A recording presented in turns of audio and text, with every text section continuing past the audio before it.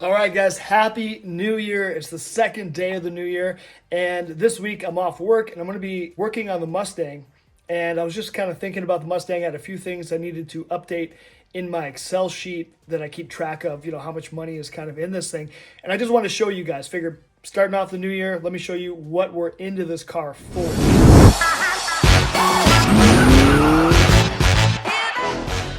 Now, I bought this Mustang about 2 years ago, 2022, for $5,500. Now, my thought initially was I could buy the car, build it, turbocharged, 500-ish horsepower was the target, for a total of $15,000, and be able to take it on the Hot Rod Power Tour, have air conditioning, have power steering, all that kind of stuff. But unfortunately, that budget has been way blown out of the water. So back to our list, if we kind of come down all this stuff, just hundreds of line items, right? So what we've got is a total spent today, including the purchase price, a little over $24,000. And this is not labor. This is just simply hard parts, cost. There was a little bit of tuning to have the car tuned, dyno tuned. And then these kind of components right here, these are some things I still need to buy. That's not part of this $24,000, so that's about $600. So there's a little bit more to spend. The car could use a new top. I want to get a short shifter, doesn't have one right now. So anyway, 24 grand. Now, what we've done too, though, is we've sold off a lot of the stock parts we didn't need, right, as we were upgrading. So I did make back about $2,000 or so. So that puts us just under $22,000 into this car. Now, with that 22K, some of the parts that I have that I've maybe had for a year, maybe more than a year, they're still not on the car, specifically the rear end of the car. So that's the plan this week. We're going to pull the rear end out of the back of the car. We've got all new suspension, brakes, new gears, new pinion cover. We're going to build this whole thing, new axles. That's the last part of the car that hasn't been touched. Everything else, interior, engine, transmission, front suspension, all that stuff's been done. So the car's almost finished. We just need to get this stuff done. There's also some new fuel lines. I still have the stock metal fuel lines right now, so we are going to remove those and put in AN lines. But I've already got all those parts. And so I did actually just make some purchases last night for some things like, paint. While we have the rear end out, we're going to get it painted, make it look nice. We're going to undercoat the bottom of the car in that area. We haven't done that yet. So it's all that little stuff like that, that you need to get these projects done. But again, about $22,000 for a Mustang that is just going to make 500-ish wheel horsepower. It's kind of crazy.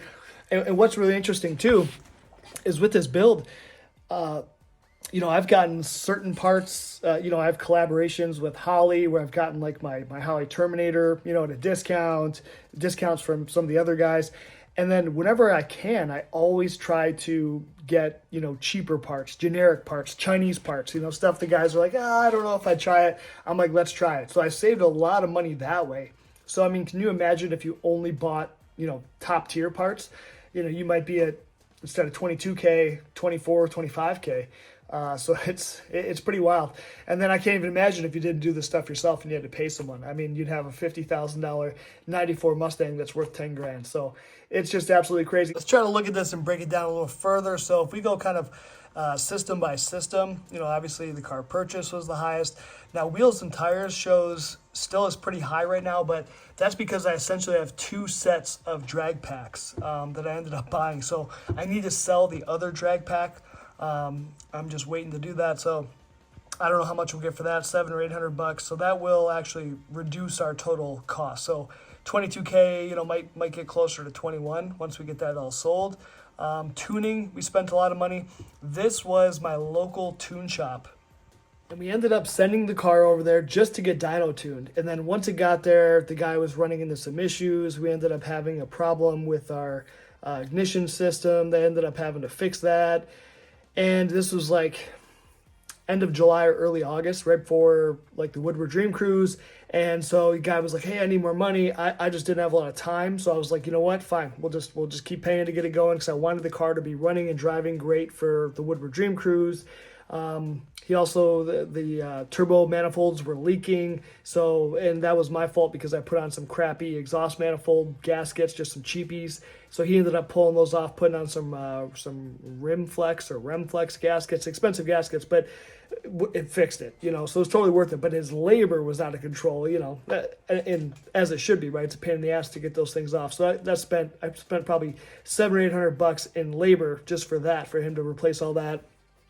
So that kind of sucked. That put me in a bad spot, $2,600. So you definitely could have saved some of that money, you know.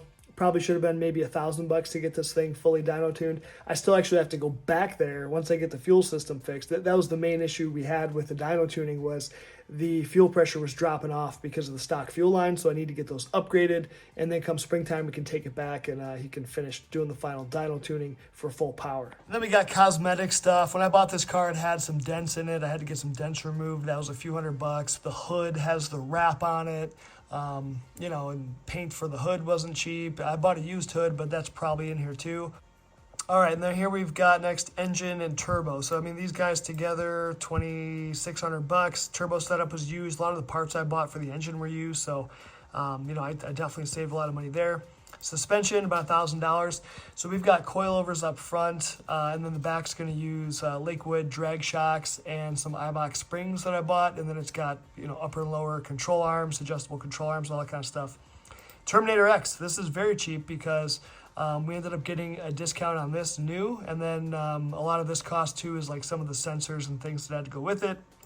Fuel system, 525 liter per hour pump, 8 AN lines. So this is a lot of, you know, you're actually, it's going to be a 10 AN feed and an 8 AN return. It's going to be overkill. But a lot of those fittings are just expensive. Cooling system, 4-core radiator, fans, shroud, aluminum tubing for a lot of the upper and lower radiator hoses. Rear end, this is going to be pretty built. 31 spline axles, 430 gears. All new fluid, you know, shim kit, installation kit, all that kind of crap to go with it. Drivetrain, I think this is part of the, we have the FRPP aluminum drive shaft, you know, clutch, flywheel, getting flywheel resurfaced, all that kind of stuff. Now ignition, this is part of the Holley Terminator setup. We have coil on plug ignition. So there was a special harness you had to buy from Holley to do that, plus the Holley dual sync distributor, which I bought used. So that was a good deal. Electrical parts, chassis parts, you know, tubular K-member, exhaust. This is some of the parts. This actually has a little bit of labor because when the car was still naturally aspirated the first summer, I took it to the local muffler shop to have them put on my catback that I bought. And I was thinking it'd be cheap, but they charged me like $230, so it was pretty freaking expensive. Tools. So if you're trying to do things like, you know, all the engine stuff yourself or the rear end, I bought a whole bunch of tools for that to be able to do the job. And so, you know, you could look at that, what, $328 and maybe say you don't count that because you do still keep the tools. I agree. But a lot of those tools were, I mean, they're specific for this project. I wouldn't have bought them, you know, without a reason to, right? But it is cool to have those after, but especially like the rear end, I just bought some specialty stuff for that, like to be able to check the pinion depth, a whole bunch of gauges and stuff, like, you know, calipers, things like that. So it all adds up. But yeah, at the end of the day, it is cool because when you do your next project now, you've got all those tools available. Lighting, a lot of this is LED lights. I did put new headlights on the car. I do have new tail lights that I bought, and actually I'm wondering if I even have those included. Because I also have a kit to make the sequential turn signals happen. Again, brakes, you know, we didn't spend, that's front and rear brakes, all new rotors, pads, that's painting the calipers blue. So again, just kind of cheap, you know, stock replacements. We spent a couple $100 on powder coating. Clutch, cheap clutch. Paint, $150. Spray paint ain't cheap, guys. That's for sure. So painting the engine, the turbo headers, painting the underside of the car, you know, undercoating it, all that kind of stuff. Adds up. Transmission, fluids. So anyway, all this crap adds up and comes back to, so again, $24,000 before we sell parts, right? So all the parts we sold were about $2,000. So again, we're still at this original number I showed you guys, which is this about $21,900, except like I said, we need to sell the other drag pack. So hopefully we'll get $700 or $800 back. So we'll be more like 21-ish thousand. So better than I thought. All right, guys, I know a lot of you guys don't want to know what you have into your project, you know, and you certainly don't want your significant other to know. I get that. But for me, I like doing this stuff. I don't know, it's kind of cool. I like to keep track of it.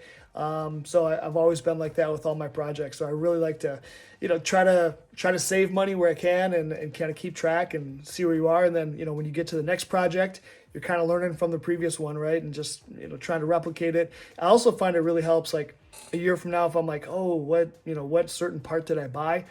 I've got it in here, right? I can go back. I know where I bought it from, whether it's Amazon or whatever, and I can go back, reorder it, or find out, okay, that didn't quite work. We want to make a little bit of a change, get something else.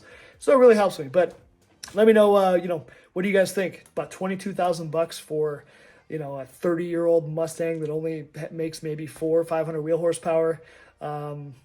It seems like kind of a lot, but hey, these cars are getting old, you know, they're expensive, and it just is what it is. Like I said, I've bought a lot of parts used and a lot of like Chinese versions of parts that have saved a lot of money. I mean, this could easily be $25,000 or more if you're paying for a lot of the labor, you know, and you're not doing it yourself. So let me know down in the comments what you guys got, what you guys think, and we'll see you guys on the next one.